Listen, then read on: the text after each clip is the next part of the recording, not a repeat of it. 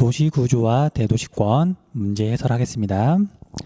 1번 다음 글의 기역 미음에 대한 설명으로 옳지 않은 것은 도시의 지역 분화는 도시 내부의 기능이 분리되어 상업 업무 지역, 공업 지역, 주거 지역 등이 형성되는 것을 의미한다. 자, 도시의 지역 분화는 도시가 성장할수록 도시의 시가지가 확대될수록 뚜렷하게 나타난다 그랬었죠. 그 이유는 지역에 따라서 도시의 중심이냐 또는 주변 지역이냐 지역에 따라서 접근성이 차이가 나면서 지대와 지가가 달라지기 때문에, 그리고 그 지대 임대료를 지불할 수 있는 능력 여부에 따라서 기능들이 서로 나뉘고 같은 기능은 같은 곳에 모인다 그랬었죠. 그래서 얘는 옳은 설명이니까 정답이 될 수 없겠네요. 그 다음 니은은 상업 업무 지역보다 주간 인구 지수가 높다가 아니라 낮죠. 우리 주간 인구 지수는 도시 내에서, 사실 뭐 도시 내만 한정하는 건 아니지만 어떤 지역에서 상대적으로 주거 기능이 많은지 아니면 업무 기능이 많은지 일자리가 많은지 그걸 알아보기 위해서 만든 개념이에요. 자, 내용 설명에서 이야기했던 것처럼 오늘날에는 거주지하고 직장하고 일치하지 않는 경우가 많아서 사람들이 많이 이동하잖아요. 그러니까 이제 밤 시간대 인구하고 그 다음에 낮 시간대 주간 인구하고 달라서 그걸 이용하면 그 지역의 성격을 쉽게 알 수 있다. 하지만 우리가 주거 지역은 말 그대로 주거 기능이 집중되어 있는 곳이니까 업무 기능은 상대적으로 적겠죠. 일자리는 상대적으로 적으니까 우리 공식에서 상주 인구분의 주간 인구 곱하기 100이었는데 주거 지역은 이게 100보다 작겠죠. 주간 인구가 적으니까. 자, 그래서 얘는 이게 지금 설명이 잘못됐으니까 얘가 정답이 되겠네요. 답은 2번이고요. 디귿 접근성이 높은 지역일수록 지가가 높은 편이다. 맞으니까 정답은 될 수 없고요. 지대도 높고요. 그 다음에 거기에 있는 뭐 평균적인 건물 높이 그것도 더 높은 편일 거고. 자, 그 다음에 리을 지대 지불 능력은 도심에서 상업 업무 기능이 공업 기능보다 높다. 그러니까 도심에서는 공업 기능이 없고요. 거의 없고 상업 업무 기능이 입지하게 되는 거죠. 옳은 설명이니까 X. 미음의 사례로 이심 현상의 사례로 도심의 학교들이 주변 지역으로 이전하는 현상을 들 수 있다. 이것도 옳은 설명이에요. 자, 우리 다음 강에서 단원에서 이야기를 하겠지만 서울이 이렇게 오늘날 행정구역이 있으면 처음부터 이랬던 건 아니에요. 뭐 극단적으로는 과거 한양은 한강 북쪽에 사대문 안쪽이 한양이었었죠. 그런데 이게 이렇게 점점 확대가 됐잖아요. 그래서 과거에는 이 사대문 안쪽에 또는 사대문 근처에 학교들도 주로 있었어요. 그리고 이제 이렇게 한강이 물론 이렇게 흐르겠지만 한강이 흐르는데 이 강남 쪽은 비교적 최근에 개발이 돼요. 지금이 강남이 으리으리하지만 그래서 여기 개발하기 위해서 물론 이제 자연스럽게 개발이 되면 좋겠지만 강북에 살던 여기 사람들이 강남으로 보기 뜬금없이 가라 그러면 잘 안 갈 거 아니에요. 그래서 정부에서 이쪽 지역에 있던 유명한 고등학교들을 교육 기능을 강남으로 이렇게 거의 반강제로 이전을 시켰어요. 그런 학교들이 여기 있는 예를 들면 경기고등학교라든지 아니면 뭐 서울고등학교라든지 휘문고등학교라든지 뭐 보성고등학교라든지 우리가 이름만 들어도 알 수 있는 유명한 고등학교들 있죠. 옛날에는 다 강북에 있던 학교들이에요. 자, 아무튼 근데 이걸 갖다가 이게 정부가 반강제로 옮긴 걸 이렇게 설명하기 좀 어렵잖아요. 그래서 보통은 이심 현상에 의해서 주택과 함께 학교가 주변 지역으로 옮겨왔다. 그렇게 말을 해요. 넘어갈게요. 정답은 몇 번이냐면 2번이었죠. 자, 우리 2번 문제. 가나 지역에 대한 옳은 설명만을 보기 위해서 있는 대로 고른 것은, 자, 가는 상주 인구가 14만 5천 명이고요. 그 다음에 금융 및 보험업체 수는 60개네요. 업무 기능이 되겠죠. 얘는. 근데 60개고 나는 상대적으로 면적은 되게 좁네요. 근데 상주 인구는 43,000명이고 금융 및 보험업체 수는 236개고 업무 기능이 상대적으로 좀 많다는 뜻이에요. 자, 나는 이제 부산에서 중심 지역에 해당하는 중구고요. 가는 사실 어떤 군지는 잘 모르겠어요. 이름이 어떻게 되나? 사실 뭐 서울도 다 외우기 힘든데 부산을 무시하는 건 아니고요. 서울도 사람들이 불만이 많은데 예를 들면 부산 외에 강원도 사는 친구라든지 또는 뭐 충청도 사는 친구라든지 부산까지 알아야 돼? 좀 그렇잖아요. 그냥 우리가 지역 위치에 따른 그냥 상대적인 특징만 구분을 좀 하면 될 것 같아요. 자, 가는 나보다 주간 인구 지수가 낮다. 옳은 설명이네요. 가는 상대적으로 주변 지역이니까 주거 기능이 상대적으로 많을 거고요. 그 다음에 나는 부산에서 도심에 해당하니까 업무 기능이 상대적으로 많아서 주간 인구 지수가 높을 거예요. 높다는 말은 100보다 훨씬 크다는 얘기죠. 그 다음 가는 나보다 토지 이용의 집약도가 낮다. 맞죠? 상대적으로 지가도 낮고 지대도 낮다 보니까 건물도 높게 하는 안 올라가고 상대적으로 낮게 올리고요. 그 다음 나는 가보다 평균 지가가 높다. 이것도 옳은 설명이네요. 이거랑 사실 거의 같은 걸 물어보는 건데. 그 다음 나는 가보다 인구 밀도가 낮다. 자, 우리가 인구수는 얘가 적지만 인구 밀도라고 하는 건 인구수를 면적으로 나눈 거잖아요. 그런데 면적은 너무너무 차이가 나죠. 인구는 한 3배 정도 차이가 나는데 그래서 얘는 설명이 잘못됐네요. 기역, 니은, 디귿 정답은 4번이 되겠네요. 자, 3번. 다음 자료는 대전광역시의 인구와 관련된 것이다. 이에 대한 옳은 설명만을 보기에서 고른 것은. 자, 이번엔 대전이 나왔네요. 하지만 전혀 겁먹을 필요가 없는 건 이건 자료 분석 문제지 우리가 대전 자체에 대해서 정확하게 알아야 되는 건 아니에요. 겁만 안 먹으면 돼요. 자, 대전에 여러 개의 구가 있는데 주간 인구 지수가 나와 있네요.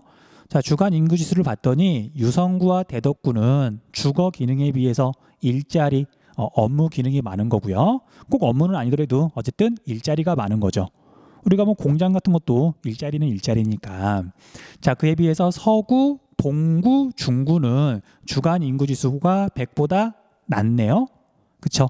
그럼 여기는 상주 인구에 비해서 주간 인구가 더 적은 거죠.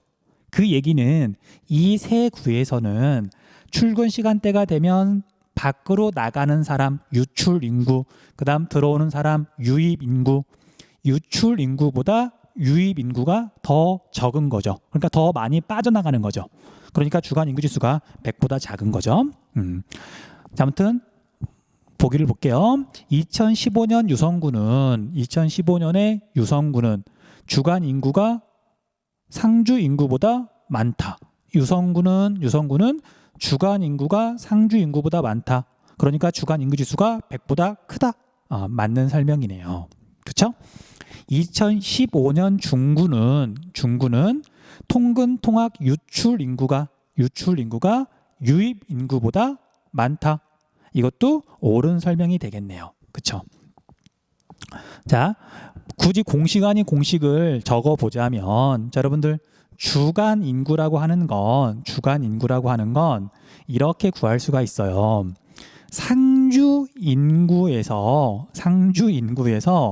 얘를 이제 더해야 돼요. 뭘 더하냐면 출근 시간대에 유입한 인구, 다른 지역에서 들어온 인구, 그 다음에 또 출근 시간대에 이제 여기에서 빠져나간 인구, 이렇게 더하기 빼기를 하면 주간 인구가 구해지는 거죠.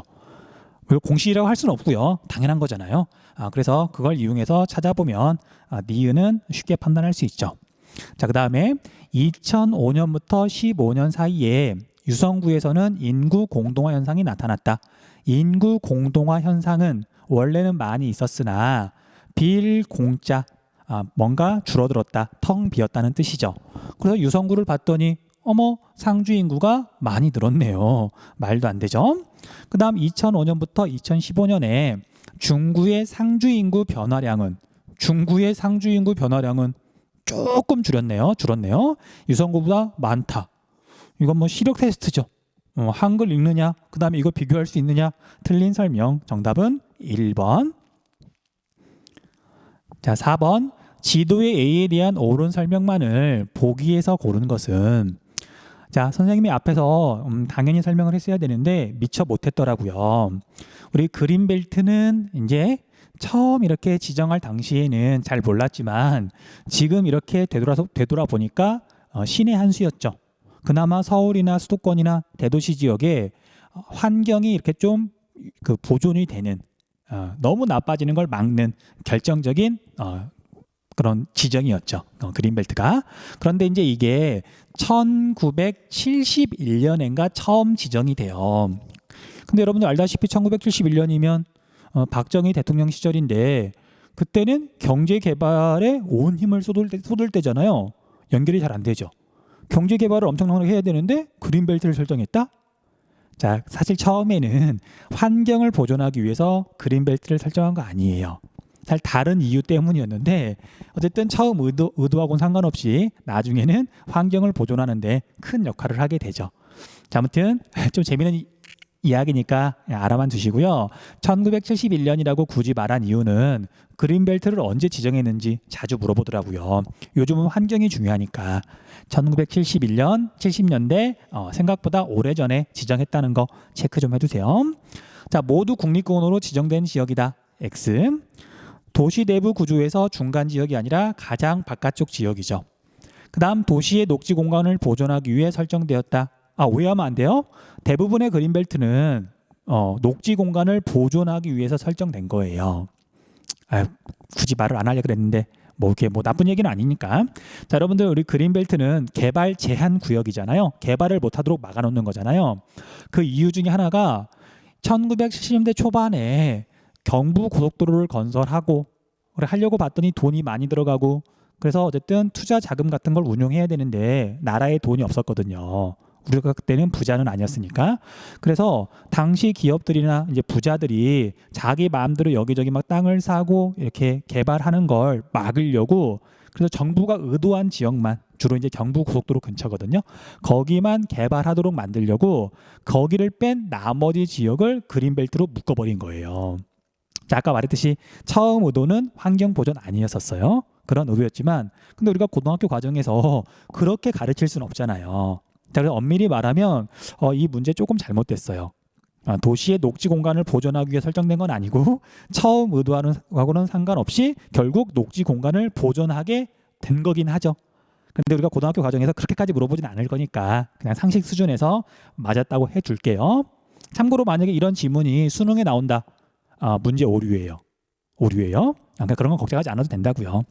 자, 도시의 무질서한 평면적 팽창을 방지하기 위해 지정되었다. 맞죠? 이걸 스프롤 현상이라고 부르죠. 스프롤 현상. 말하고 나니까 조금 찝찝한데 자, 이 그림 대신에 자, 우리가 앞에 내용 설명에서 간단히 살펴봤던 도심, 그 다음에 이렇게 이어지는 곳에 부도심 이렇게 있고 그 다음에 이렇게 한 다음에 주변 지역, 중간 지역 이렇게 그린벨트가 있었잖아요. 이 모식도를 이용해서 여기를 A라고 만약에 했으면 디귿은 맞는 설명이죠. 근데 실제 사례를 들었으니까 이거 사실은 문제 오류인 거예요. 넘어갈게요. 꼼꼼하게 못 걸러낸 거죠.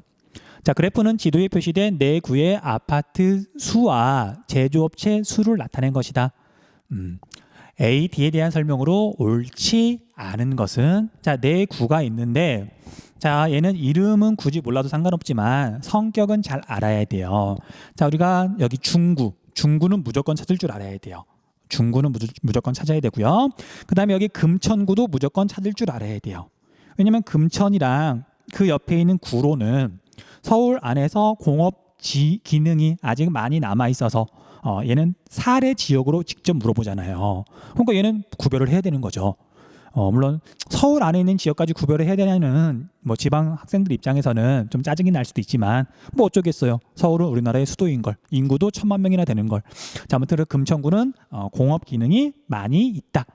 자, 그 다음에 여기는 노원구긴 한데 노원구는 이름을 굳이 알 필요까지는 없고요. 지방 학생들 입장에서는 서울의 수많은 주변 지역 중에 이런 주거 기능이 유난히 집중되어 있어서 진짜 여기 유성 사진으로 보면은요 아파트밖에 없어요. 정말 놀라울 정도예요. 자, 그 다음에 이제 여기는 올해 수능 특강에서 갑자기 등장한 건데 모르겠어요. 여기 얼마만큼 중요한지는 잘 모르겠지만 그냥 기억 좀 해두세요. 성동군대 내용 설명에서 이야기했던 것처럼 사대문 성의 동쪽 지역이란 얘기예요. 그러니까 옛날 사대문은 종로구, 여기가 중구, 여기가 사대문이거든요. 그 바로 동쪽이란 얘기죠. 그러니까 중심부랑 가까운 지역이고, 그다음에 여기 이렇게 지도에서 보듯이 여기 주변 지역은 아니죠. 그래서 이 문제의 의도는 여기는 중간 지역에 해당한다. 도심과 주변 지역의 성격이 섞여서 나타난다. 그걸 묻고자 하는 건데 굳이 이렇게까지 물어야 되나. 우리나라는 중간 지역 성격이 참 애매한데 아무튼 넘어갈게요. 자, A, 그럼 구분을 해야 되겠죠. 자, 여기서는 이제 차이가 큰 걸 가지고 구분하면 되는데요. 아파트 수가 독보적으로 많죠. 주거 기능이 엄청 많다는 얘기잖아요. 그래서 여기 D는 노원이에요. 노원 지우고 다시 할까요? 자, 여기가 D가 되고요. 자, 그 다음에 제조업체 수를 봤더니 자, C도 좀 많은 편이지만 B가 C에 비해서 600개, 1000개니까 1.5배 이상 많은 거죠. 많은 거예요. B가 훨씬 많은 거예요. 자, 그러면 여기는 당연히 B가 되겠죠. 그 다음에 A하고 C하고 비교했더니 아파트 수가 A가 훨씬 적죠. C하고 비교하면 절반도 안 되는 거잖아요. 그래서 그만큼 상주 인구가 적다. 왜냐하면 인구 공동현상이 나타나면서 다 빠져나갔으니까. 그래서 여기가 A가 될 거고요. 성격이 좀 애매한 C가 여기 성동구예요.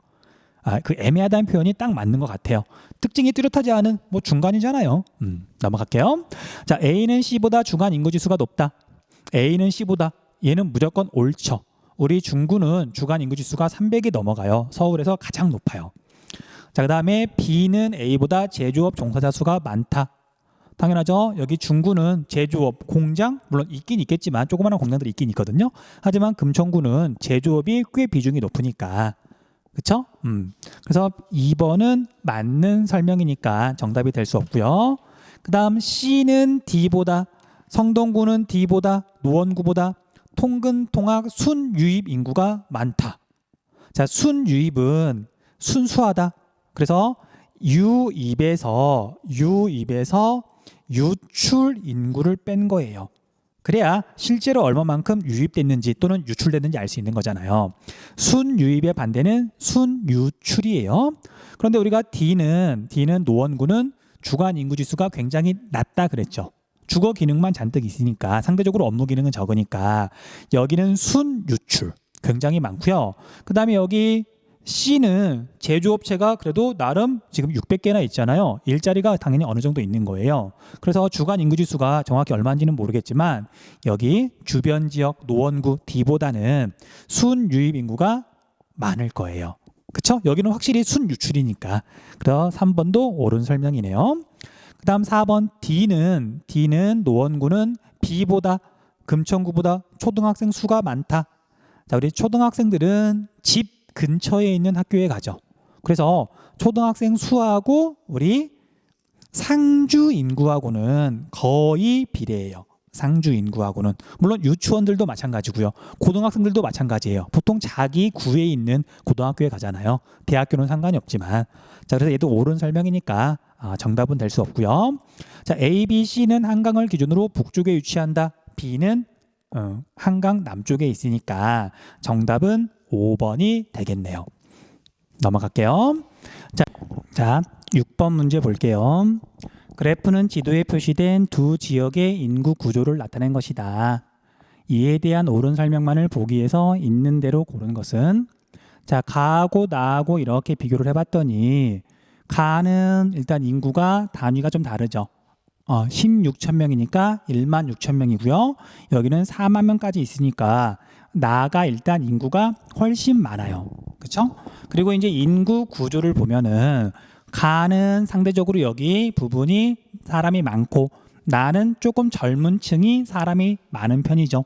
그래서 여기는 좀 젊은 도시, 여기는 조금 노인들이 많은 도시라기보다는 지역이라고 해야 되겠네요. 물론 행정구역상 시기는 해요. 자, 여기는 안동, 그 다음에 여기는 구미, 그렇죠? 그렇게 해서 구분을 해보면 가가 안동이고요. 나가 구미가 되겠네요. 자, 그런데 이제 일단 이 문제는 뭐 답을 찾는 건 뭐 찾겠어요. 그런데 썩 좋은 문제는 아니에요. 왜 그러냐면 지금 우리가 대도시권에 있으니까 그 단원에 있으니까 대구라고 하는 대도시가 이렇게 있고 거리에 따라서 뭔가 달라지겠구나라고 짐작해서 거리가 멀어지면 아무래도 더 촌락의 특성이 나타날 거고, 그렇죠? 그다음에 대구랑 가까우면 도시의 성격이 나타날 것이다. 그렇게 짐작해서 풀 수는 있지만 우리가 아직 안동이랑 구미 자세히 공부하지 않았잖아요. 그렇죠? 자, 이런 문제는 사실 뒤에 가서 영남 지방 단원이 따로 있거든요. 거기에서 나와야 되는 문제예요. 그래서 만약에 뒤에 이렇게 문제를 풀어보고 봤다고 하더라도 선생님이 이 부분을 앞에 있는 내용 설명에서 이걸 해주긴 좀 그렇잖아요. 그럼 어떤 일이 벌어지냐면 학생들은 선생님 수업 열심히 듣고 앞에 내용 열심히 공부했어요. 그런데 여기 문제를 보는데 생뚱맞은 게 나오는 거예요. 그렇죠? 좀 그렇잖아요. 공부를 열심히 했는데 문제 자체가 막 나쁘다기보다는 이 단원에 어울리는 게 아니라 좀 뒤에 가서 나왔어야 되는데 배치가 이렇게 되면 조금 이렇게 기운이 빠질 수도 있잖아요. 아무튼 그래도 문제 풀어볼게요. 자, 가는 나보다 중위 연령이 높다. 이건 뭐 쉽게 풀 수 있는 거니까 알 수 있는 거니까 옳은 설명이죠. 맞고요. 그 다음에 가는 나보다 대구와의 거리가 가깝다. 가는 나보다 멀리 떨어져 있죠. 일단 이게 안동이고 이게 구미라는 걸 알아야 되는데 근데 이걸 정확하게 알기 전까지는 좀 판단하기 어려울 수도 있어요. 나는 가보다 제조업 종사자 비율이 높다. 구미는 우리 공업 단원에서 배우겠지만 전자산업이 발달해 있는 대표 공업 도시 중에 하나예요. 그래서 맞는 설명이고요. 안동은 뭐 인구도 적기도 하지만 얘가 안동 하회마을, 그렇죠? 세계 문화유산으로 등재가 돼 있잖아요.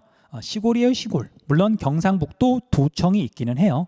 그다음 나는 라보다 대구로의 통근 통학 인구가 많다. 대구랑 가까우니까 얘도 옳은 설명이죠. 정답은 기역, 디귿, 리을 5번이 되겠네요. 다음 글의 기역, 미음에 대한 설명으로 옳지 않은 것은 대도시권에는 중심 지역인 중심 도시가 있고 그 외곽으로 교외 지역이 들어갈 수 있다. 행정구역만 중심 도시가 아닐 뿐 도시의 경관, 도시의 생활 양식 모든 게 도시인 교외 지역이 들어갈 수 있다. 옳은 설명이니까 정답은 아니겠네요. 그다음 대도시 영향권. 경관은 이제 촌락이지만 도시의 영향을 강하게 받아서 도시로 출근하는 사람들이 많은 대도시 영향권. 그다음에 배후 농촌 지역. 경관은 촌락이지만, 그렇죠? 경관은 촌락이지만 여기랑 비교하면 사람들의 사는 모습도 촌락인. 말이 조금 꼬였네요. 그래서 여기는 완전 시골에 가깝지만 굳이 중심 도시로 출퇴근을 하고 싶으면 할 수 있는, 힘들지만 그런 지역을 말해요. 그래서 니은은 중심 도시가 성장함에 따라 중심 도시로 통근하는 인구가 감소하는 게 아니라 증가하겠죠. 정답은 2번이 되겠네요. 자, 디귿으로 대도시 영향권은 겸업 농가의 비율이 높은 편이다. 디귿, 중심 도시와 밀접한 관련을 맺게 되면 당연히 밀접한 관련이라는 얘기는 여기 대도시 영향권은, 그래서 대도시 영향권은 경관은 촌락이지만 대도시랑 가까우니까 관련이 많아요. 상호작용을 많이 해요. 그러니까 겸업 농가의 비율이 높을 수밖에 없는 거죠. 그렇죠? 농사만 짓는 게 아니라 서울로 얼마든지 출퇴근을 할 수가 있으니까 어렵지 않게. 그다음 4번 리을은 원교 농촌보다 상업적 농업이 발달한다. 자, 이 말이 꼭 틀린 건 아니지만 표현이 조금 아쉽긴 하네요. 자, 선생님이 앞에서 내용 설명에서 원교하고 근교하고 이렇게 비교를 했었는데 얘는 교를 기준으로 어쨌든 기준이 같은 거예요. 교를 기준으로 가깝냐 머냐. 하지만 위치가 다를 뿐이지 성격은 크게 다르지 않아요. 식량 작물을 생산하는 게 아니라 대도시에 여기 교 지역에 내다 팔려는 작물을 주로 재배한다. 여기에서는 시설 재배, 주로 채소 같은 것들, 상품 작물. 여기서는 노지 재배, 대관령 같은 것들. 물론 채소를 많이 재배하긴 하지만요. 그래서 좀 정확한 표현은 원교보다는 전통이라는 말이 더 낫지 않았을까. 물론 그렇다고 틀린 건 아니지만요. 자, 아무튼 그래서 얘는 뭐 옳은 설명이니까 정답은 아니겠네요. 그다음 미음은 대도시권 주민의 여가 공간으로 이용된다. 주말 생활권은 주말에 놀러 가는 곳이다. 정답은 2번. 넘어갈게요. 그래프는 부산광역시에 인접한 땡땡시에 관한 것이다. 이 지역의 변화에 대한 추론으로 적절하지 않은 것은, 자, 부산광역시는 서울, 대구와 함께 대도시권이 형성되어 있는 대도시예요. 말 그대로 대도시예요. 그래서 여기에는 이제 위성 도시가 있는데 하나는 김해고요. 다른 하나는 양산이에요. 그런데 이 중에 김해가 시험 문제에 훨씬 많이 나와요. 왜냐하면 김해가 인구가 많거든요. 인구가 50만 명이 조금 넘어요. 60만 명은 안 되고. 자, 여러분들 50만 명이면 그냥 서울에 있는 평범한 구 인구거든요. 관악구의 인구가 50만 명 정도예요. 별거 아닌 것 같지만 지방에서 50만 명이면 인구가 진짜 많은 거예요. 자, 우리가 경상남도에서 부산, 울산은 경상남도 아니에요. 거기에서 인구가 50만 명이 넘어가는 도시는 창원하고 김해밖에 없어요. 그럼 경상북도에서는 포항밖에 없어요. 전라남도에서는 없어요. 전라북도에서는 전주. 그다음 충청남도에서는 천안 하나. 자, 우리가 대전은 우리가 충청남도 아니니까요. 그렇죠? 그다음에 충청북도에서는 청주시 하나. 그다음에 강원도에서 60만 명 넘어가는 도시는 없어요. 그래서 지방에는, 수도권 빼고 지방에는 50만 명을 넘어가는 도시가 딱 6개밖에 없기 때문에 이 도시들은 시험 문제에서 충분히 물어볼 만한 거죠. 도시는 사람이 많이 모여 살고 중심지니까.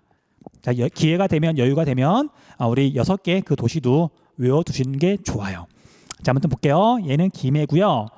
그래서 95년하고 2015년하고 비교를 했더니 인구가 많이 증가했네요. 2배 이상 증가했네요. 그렇죠? 막대 그래프들이 많이 높아졌으니까.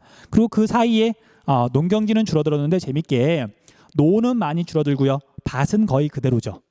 자, 우리가 벼농사는 사실 돈은 별로 안 되거든요. 대신 비닐하우스 짓고 그 안에서 채소 같은 거 재배하고 꽃 같은 거 재배하면 비싼 값에 팔 수 있으니까 밭은 거의 유지가 되고 있고요. 아무튼 답을 한번 찾아볼게요. 인구 밀도는 높아졌을 것이다. 옳은 설명. 행정구역 면적은 그대로일 텐데 인구가 크게 증가했으니까. 그 다음 겸업 농가의 비율은 감소하였을 것이다. 겸업 농가 증가했겠죠. 부산하고 관련성이 더 많아졌으니까. 그렇죠? 정답은 2번이네요. 대규모 택지 개발이 이루어졌을 것이다. 택지 체크 좀 할게요. 택지는 주택할 때 택이에요. 건물을 지을 수 있는 땅을 택지라고 불러요. 됐죠? 꼭 알아두세요. 이거 가끔 나오는 용어인데 뭐 이런 것까지 앞에 내용 설명해서 말할 수는 없잖아요. 그 다음 3차 산업 종사자 수는 증가하였을 것이다. 옳은 설명이니까 X. 밭보다 논 면적의 감소율이 높았을 것이다. 그냥 그래프 그대로 보면 되는 거죠. 정답은 2번. 자, 수능 실전 문제로 들어갈게요. 다음은 한국지리 도시단원 노트 필기의 일부이다. 기역, 리을에 대한 옳은 설명만을 보기에서 있는 대로 고른 것은 도시의 지역 분화, 도시 지역 분화의 원인과 정의, 도시의 인구 증가와 도시 성장, 도시의 면적이 넓어지면 도시 내부가 기능에 따라 여러 지역으로 나뉜다. 도시 내부의 지역 분화 과정, 지역 분화가 일어나는 중요한 원인은 도시 내부 지역에 따라서 접근성이 다르다. 도심 지역은 접근성이 좋고요. 주변 지역, 외곽 지역은 접근성이 상대적으로 떨어지고 그에 따라서 지대, 지가 등이 달라진다. 자, 도심에는 상업 업무 기능, 중간 지역이나 주변 지역에는 공업 및 주거 기능이 입지한다. 기역은 유사한 종류의 기능이 집적하는 과정이 나타난다. 자, 서로 다른 기능이 나뉘면서 한 지역에는 같은 기능만 묶이는 거죠. 모이는 거죠. 상업 지역, 주거 지역 또는 공업 지역. 그래서 얘는 옳은 설명이고요. 지하철 환승역 주변이나 광역버스 노선이 많은 곳은 니은이 높은 편이다. 접근성이 높은 편이다. 맞는 설명이고요. 니은과 디귿이 높은 지역에는, 접근성과 지대가 높은 지역에는 대부분 지대 지불 능력이 낮은이 아니라 높은 기능이 입지한다. 설명이 잘못됐죠. 높은 임대료를 지불할 수 있는 그런 기능이 입지하는 거잖아요. 리을에는 상업 업무 기능이 집중되는 집심 현상이 발생한다. 리을. 자, 도심에는 집심 현상. 그쵸? 그래서 옳은 설명, 기억, 니은, 리을이 답이겠네요. 정답은 4번. 2번 문제. 다음 신문 기사는 서울의 학교 이전과 관련된 것이다. 밑줄 친 나, 구와 비교한 가, 구의 상대적 특성을 그림의 A, E에서 고른 것은? 고층 빌딩이 즐비한 서울의 가, 구는, 자, 우리 여러분들 높은 빌딩은, 그러니까 건물은 크게 두 가지가 있죠. 하나는 아파트, 하나는 상업 건물 또는 업무 건물. 그래서 여기 빌딩이란 말은 아파트에는 잘 쓰지 않죠. 그래서 이 말만 보고도 가는 도심에 해당하는구나 알 수 있어요. 자, 그래서 가구 땡땡동에 위치한 초등학교는 1959년 개교한 역사 깊은 학교이다. 그러나 2015년 다른 지역으로 이전한다. 이미 이전했겠네요. 한때 2,000명을 웃돌던 학생 수가 점차 줄어 이제는 200명도 안 되는 미니 학교가 된 탓이다. 그렇땡 초등학교는 지난해까지 15개 학급의 학생 수가 138명으로 학급당 학생 수가 9.9명에 불과하였다. 반면에 나구는 학교 수가 42곳에 학생 수가 3만 명이 넘어 학생 수만 따지면 가구의 5배가 넘는다. 자, 여기는 주거 기능이 많이 있는 주변 지역이 되겠죠. 자, 문제에서는 나구와 비교한 도심 지역의 특징을 물어봤으니까 출근 시간대 유출 인구는 적을 거고요. 상업지의 평균 지가는 높을 거고 주간 인구 지수는 당연히 높겠네요.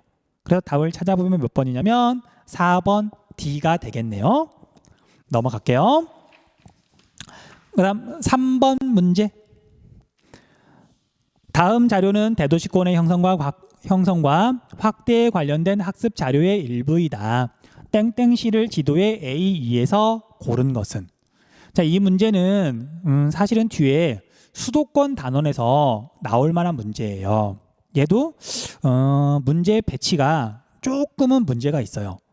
우리가 대도시권을 공부한 거지, 일반적인 이론을 공부한 거지, 실제 사례, 실제 우리 지표면을 공부한 건 아니잖아요. 그렇죠? 그리고 분명히 뒤에 수도권 단원이 따로 있어요. 거기서나 나올 문제인데 뭐 선생님이 문제집을 만든 건 아니니까. 자, 경기도의 땡땡시는 용인시예요. 용인시는 2018년 10월 기준으로 주민등록 인구가 약 103만 명으로 집계되었다. 자, 100만 명이 넘어가는 도시는 현재 우리나라에 2020년 현재 우리나라에 딱 10개가 있었죠. 특별시 하나, 광역시 6개, 그 다음에 수원, 그 다음에 창원, 그 다음 용인, 이렇게 10개였었어요. 그때 나왔던 용인이잖아요. 그래서 용인시는 2000년에는 인구가 38만 명에 지나지 않았으나, 뭐 지나지 않았다는 표현이 좀 그렇긴 하지만 2000년 초반에 용인시의 일부 지역이 수도권 2기 신도시로 지정되었대요. 그리고 그 뒤로 인구가 빠르게 증가했대요. 자, 이걸 바꿔 말하면 얘는 1기 신도시는 아닌 거죠. 그렇죠?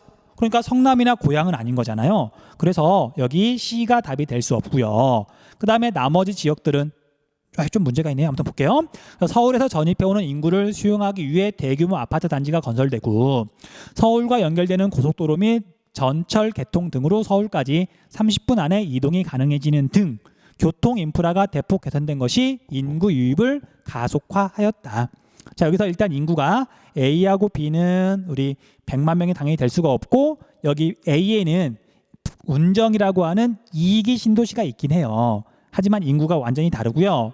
그 다음에 2는 화성인데 인구가 물론 100만 명까지는 안 되지만 여기도 2기 신도시인 동탄이 있어요. 조금 애매하긴 한데 이 문제를 정확하게 풀려면 그냥 용인이 지금 인구가 100만 명이 넘어간다. 그걸 알고 있어야 되겠네요. 정답은 4번. 다음 자료는 온라인 학습 장면의 일부이다. 답글, 기억, 리을 중에서 옳은 내용을 고른 것은? 다음 모식도를 보고 대도시권의 공간 구조 특성에 대해 답글을 달아보세요. 자, 가는 교외 지역이 되겠네요. 교외 지역.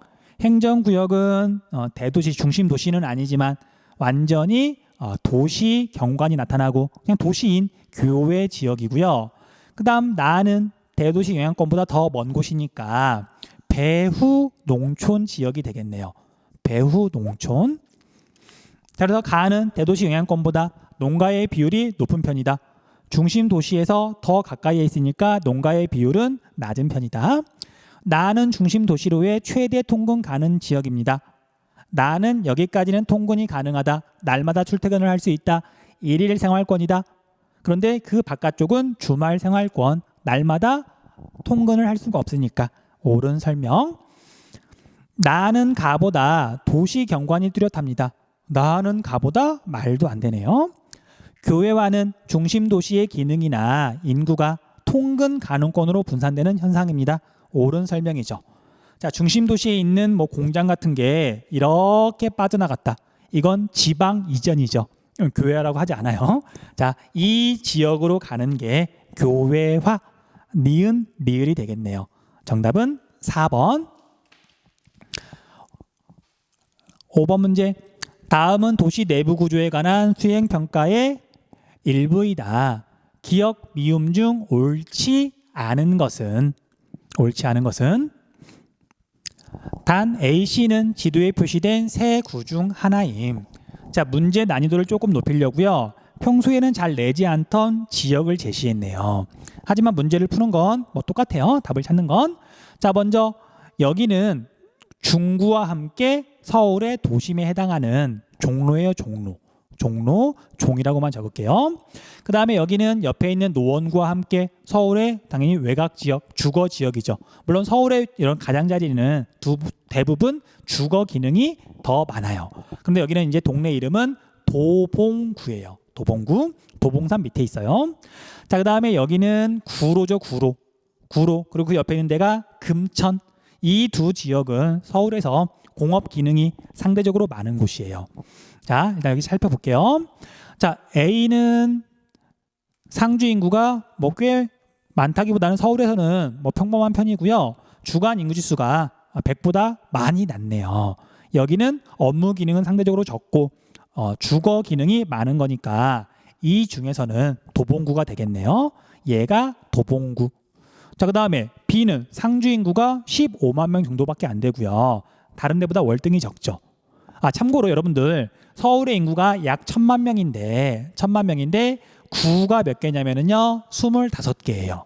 그럼 평균적으로 서울에 있는 구는 인구가 40만 명 정도가 되겠죠. 그런데 여기는 15만 명밖에 안 되니까 굉장히 적은 거예요. 그런데 여기 봤더니 주간 인구 지수가 265나 되네요. 엄청 높은 거죠. 그리고 C는 상주 인구는 40만 명 정도. 그런데 주간 인구 지수는 100보다 조금 높네요. 지역 내에 일자리가 있다는 얘기죠. 그리고 사업체 수가 306개다. 그래서 얘는 구로가 되겠네요. 구로. 여기는 구로고 여기는 종로고. 됐죠? 자, 옳지 않은 것 고르는 거니까 한번 볼게요. A는 B보다 통근 통학 인구 순유입이 많다. 자, 여러분들 순유입은 선생님이 설명했는지 모르겠지만 순이란 말이 붙으면 뭐 더하기 빼기 해서 남아있는 걸 말하는 거잖아요. 순이익 생각하면 돼요. 그래서 순유입은 유입 인구에서 유출 인구를 빼면 돼요. 그래서 유입이 더 많으면 순유입인 거고 만약에 유출이 더 많다 그러면 그걸 우리가 순유출이라고 불러요. 됐죠? 순유입 좀 알아두시면 돼요. 자, 그런데 A는 주간 인구 지수가 100보다 많이 낮아요. 그럼 이런 경우에는 출근 시간이 되면 다른 지역으로 빠져나가는 사람이 많고 물론 일부는 들어올 수도 있어요. 하지만 더하기 빼기를 해봤더니 인구가 감소하는 거죠. 순유입이 아니라 A는 순유출, B는 어마어마하게 순유입. 그래서 니은은 기억은 옳지 않은 거니까 정답이 1번이 되겠네요. 1번이. 뭐 답을 찾는 건 쉽지만 아무튼 볼게요. 자, B는 A보다 주간 인구가 많다. 자, B하고 A하고 이렇게 비교해 봤더니 상주 인구가 몇 배쯤 차이가 나냐면 물론 실제로 계산해 보면 좋지만 귀찮아요. 어차피 우리는 정확하게 계산하는 그런 문제를 푸는 게 아니니까. 자, 상주 인구를 봤더니 얘가 2배가 조금 넘게 차이가 나는데 주간 인구 지수는 몇 배 차이가 나냐면 거의 4배 차이가 나죠. 4배까지는 안 되지만. 그쵸? 얘는 약 2배 차이인데 얘는 거의 4배 차이예요. 그러면 상주 인구하고 주간 인구 지수를 알면 우리가 주간 인구를 구할 수 있는 거잖아요. 그럼 굳이 계산해 보지 않더라도 이거 차이보다 이거 차이 비율이 훨씬 더 크니까 B의 상주 인구가 주간 인구가 더 많다는 걸 알 수 있어요. 자, 정확한 어떤 계산 방법이 궁금한 친구는 해설지 보세요. 선생님은 이렇게 산수 선생님은 아니라서 이렇게 하나하나 이렇게 계산하는 건 별로 안 좋아해요. 계산을 잘 못하기도 하고. 자, 얘는 옳은 설명이니까 정답은 아니고요. 자, C는 A보다 인구 밀도가 높다. 자, C하고 A하고 봤더니 도봉구하고 구로구하고 봤더니 일단 상주 인구는 구로구가 좀 많네요. 근데 면적은 인구 밀도라고 하는 건 인구를 면적으로 나누어야 되는데 내 눈대중이 없나? 비슷한데? 그런 것 같아요. 그래서 인구가 더 많으니까 C가 인구 밀도가 뭐 좀 높은 것 같아요. 많은 차이는 나는 건 아니지만 왜 이렇게 문제를 냈을까? 사실 C하고 A를 이렇게 비교하는 건 좀 그래요. 이게 차이가 엄청나게 많이 나는 것도 아니고 면적 차이가 많이 나는 것도 아니고 차라리 C하고 B를 비교했으면 명확했을 텐데. 아무튼 1번이 확실히 정답이니까 얘도 옳은 설명인 게 실설명인 것 같아요. 그 다음 4번 C는 B보다 초등학교 학급수가 많다. 자, C하고 B하고 비교했더니 상주 인구 차이가 많이 나죠. 자, 여러분들 초등학생들은 집 가까운 데 있는 데 가는 거죠. 중학생도 마찬가지고 고등학생도 마찬가지고. 그래서 상주 인구가 많으면 초등학교가 많고요. 초등학교 학생 수도 많고요. 학급 수도 많아요. 그래서 얘는 옳은 설명 정답이 아니겠네요.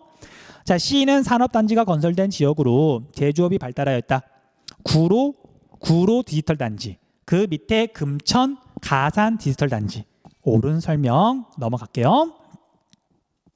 그 다음 6번 울산은 참 해설하기 전에요. 이 문제도 배치가 조금 아쉬워요. 왜 그러냐면 여러분들 2019년에 계획만 발표된 3기 신도시에 대해서 물어보고 있어요. 그래서 이런 것까지 앞에서 설명하긴 그렇잖아요. 뭐 확정은 됐다지만 뭐 삽을 뜬 것도 아니고 사람이 이주하고 있는 것도 아니고. 그래서 이 문제를 정확하게 알고 풀려면 굉장히 많은 시사 상식이 있어야 돼요. 거의 지리교사급으로. 그렇죠? 그래서 이렇게 문제를 이렇게 배열해 놓으면 학생들 입장에서는 자신감이 떨어져요. 앞에서 아무리 열심히 공부했어도 이 문제를 제대로 이해할 수 없고, 그 다음에 이 문제를 잘 모르겠는데 앞에 내용을 찾아봐도 잘 모르겠고. 그렇죠? 아무튼 좀 문제 배열을 정성들을 하면 좋을 텐데 아쉬움이 조금 남네요. 아무튼 볼게요. 울산은 1960년대에 만들어진 신도시이다. 울산은 우리나라의 대표적인 중화공업 도시고요. 이런 이유로 만들어진 거예요. 옳지 않은 거 고르는 거니까 얘는 X. 그 다음에 니은은 서울의 인구 분산 및 수도권 주택 공급 증대를 위해 건설되었다. 니은 수도권 1기 신도시. 옳은 설명이니까 X. 그 다음에 미음 2기 신도시는 서울 및 수도권의 기능을 분담하고 있다. 그로 인해서 서울의 인구 분산 효과가 발생하였다. 옳은 설명이니까 X. 그 다음 니은 디귿의 건설로 니은 수도권 1기 신도시와 2기 신도시를 건설함으로써 서울의 대도시권이 확대되었다. 옳은 설명 X. 정답은 5번인데 아까 말했던 것처럼 학생들이 이걸 정확하게 확신을 갖고 답을 찾기에는 좀 무리가 있죠. 근데 아무튼 설명을 해볼게요. 리을, 비읍은 리을은 2기 신도시, 비읍은 3기 신도시인데 서울과의 거리가 어떻게 될까? 자, 이건 외우는 건 아니고요.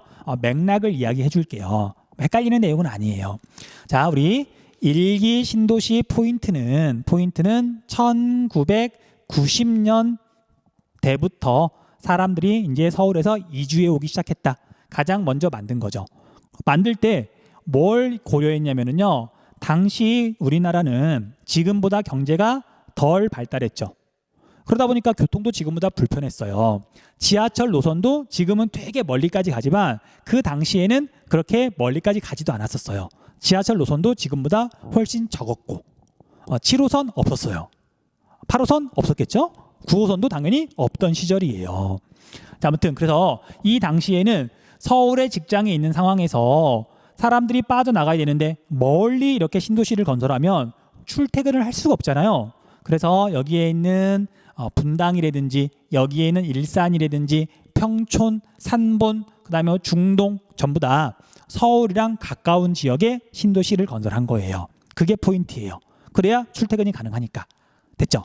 그다음 2기 신도시는 이제 2000년 이후인데 1기 신도시가 어느 정도 성과를 거두자. 더 지어야 되겠다. 그런데 이제 서울 가까운 곳은 이제 이미 많이 포화가 됐으니까 땅값도 비싸졌고요. 좀 멀리 떨어져도 이제 출퇴근이 가능하니까 자가용도 생기고 교통도 더 좋아졌고 그래서 2기 신도시는 훨씬 숫자가 많은데 모두 그런 건 아니지만 대체로 1기 신도시보다 서울에서 더 멀리 떨어져 있어요. 됐죠? 그게 포인트예요. 대표적인 데가 우리가 화성에 있는 동탄. 동탄은 이름 좀 기억하라 그랬잖아요. 체크해 두시고요. 자, 그래서 3기 신도시를 건설하려고 이제 계획을 세웠는데 2019년에 계획을 발표했다 그랬잖아요. 그렇죠? 아직 완성된 거 아니에요. 근데 3기 신도시의 특징이 뭐냐면 2기 신도시에 입주한 주민들이 불만이 좀 있는 거예요. 아무리 교통이 발달했어도 서울이랑 멀리 떨어져 있다 보니까 출퇴근하는데 시간이 너무 오래 걸리는 거예요. 길이 안 막히면 그나마 금방금방 다닐 텐데 우리나라 수도권 교통체증 심하잖아요. 그러니까 신도시를 지으려거든 이제 서울 가까이에다 지어라. 그래서 3기 신도시는 재밌게도 1기 신도시보다도 더 서울이랑 가까워요. 재밌게도. 됐죠? 그게 포인트예요. 그래서 2기 신도시보다 3기 신도시는 서울에서 거리가 가깝다. 2기보다 3기가 더 가깝다. 됐죠? 됐죠? 넘어갈게요. 7번 볼게요. 자, 그래프는 지도 가다 지역의 상주 인구와 주간 인구 지수를 나타낸 것이다. AC 지역에 대한 옳은 설명만을 보기에서 고른 것은? 자, 이거 자세히 설명하려면 참 내용이 좀 많아서요. 그러기에는 여러분들이 아직 할 게 좀 많아. 그래서 조금 간단하게만 설명을 할게요. 포인트만 잡아가지고. 자, 상주 인구와 주간 인구 지수가 이렇게 나왔는데, 자, 우리가 아직 각 지역에 대해서 자세히는 모르죠. 그래서 우리가 아는 것만 가지고 일단 접근을 해볼게요.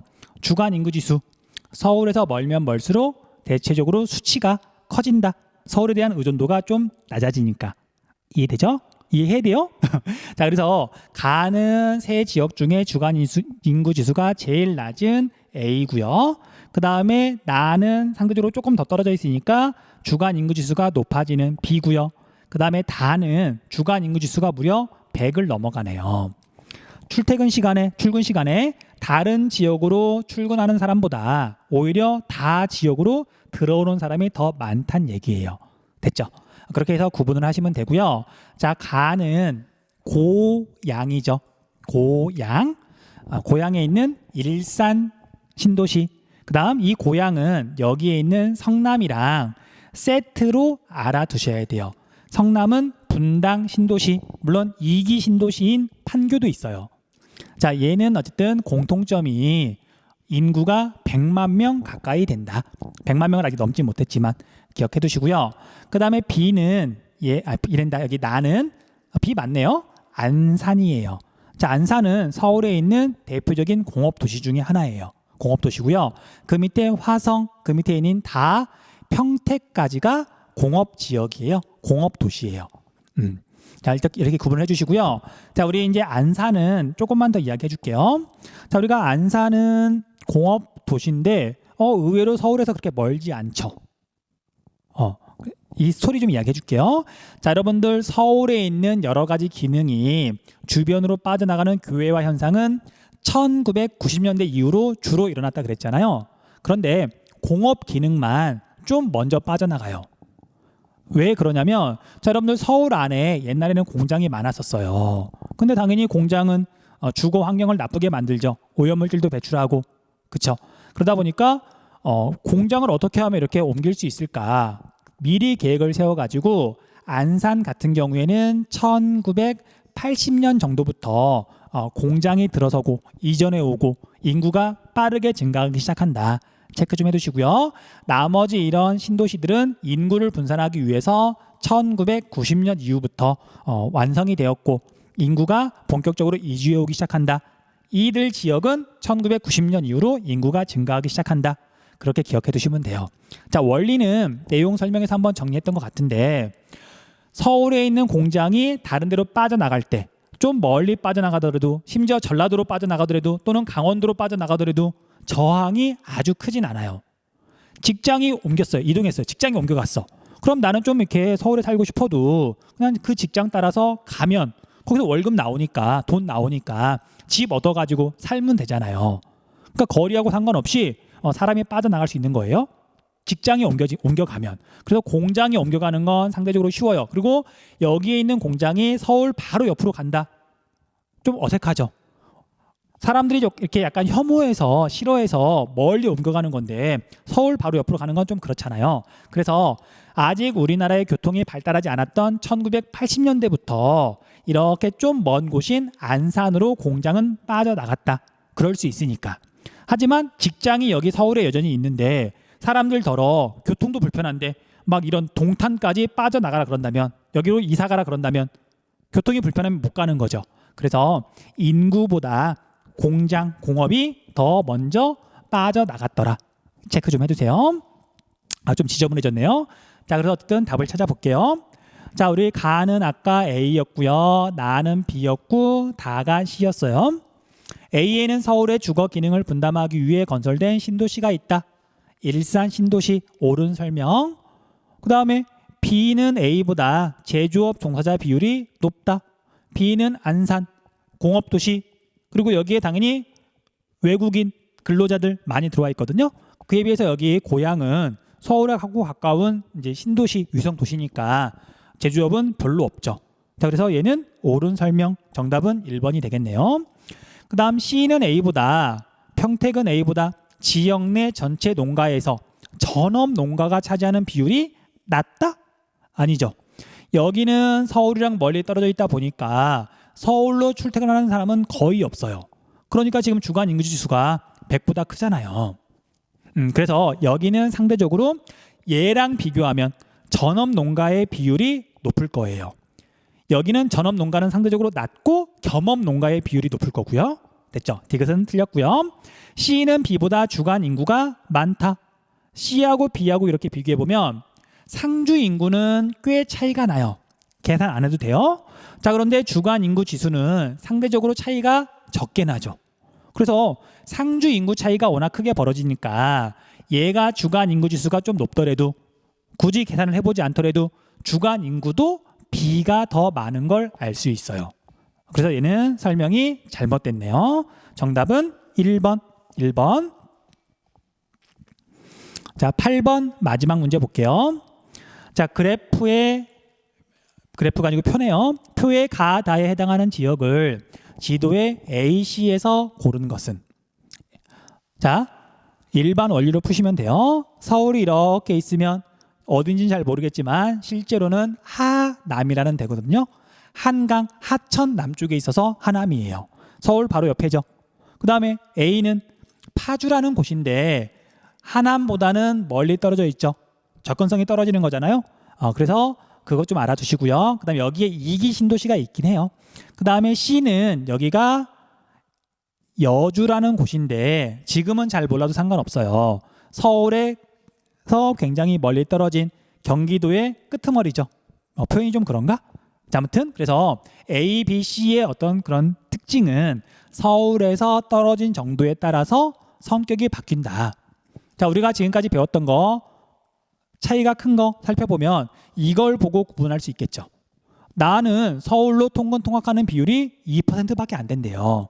거의 없는 거죠. 그러니까 얘가 여주가 되겠네요. 여기다 표시할까요? 얘가 나. 자, 그 다음에 B는 서울이랑 가까운 만큼 서울로 통근통학하는 인구 비율이 높겠죠. 다. B는 다 하남이고요. 그 다음에 A는 그 중간. 여기가 가가 되겠네요. 자, 그럼 정답을 찾아보면 A가 가구, 그 다음에 나가 C구, 그 다음에 다가 B니까 ACB 2번이 되겠네요. 됐죠? 자, 나머지 것들도 같은 양상을 띄어요. 겸업농가 비율은 서울이랑 가까우면 가까울수록 높은 거죠. 그러니까 서울이랑 제일 가까운 다가 제일 높은 거고요. 서울이랑 중간쯤에 있는 가가 두 번째인 거고, 그 다음에 서울에서 멀리 떨어진 여주는 겸업농가 비율이 제일 낮은 거고요. 주간 인구지수는 서울에서 가까울수록 낮은 거죠. 그렇죠? 그래서 서울이랑 가까운 여기 다가 95로 제일 낮고요. 그 다음에 가 A가 98로 중간쯤이고, 그 다음에 여기 여주는 104. 그렇죠? 서울의 영향을 정말 거의 안 받는 거잖아요. 그러면 정답은 2번. 자, 여기까지 문제 해설 듣느라고 고생했고요. 다음 영상으로 찾아올게요. 네, 수고했습니다.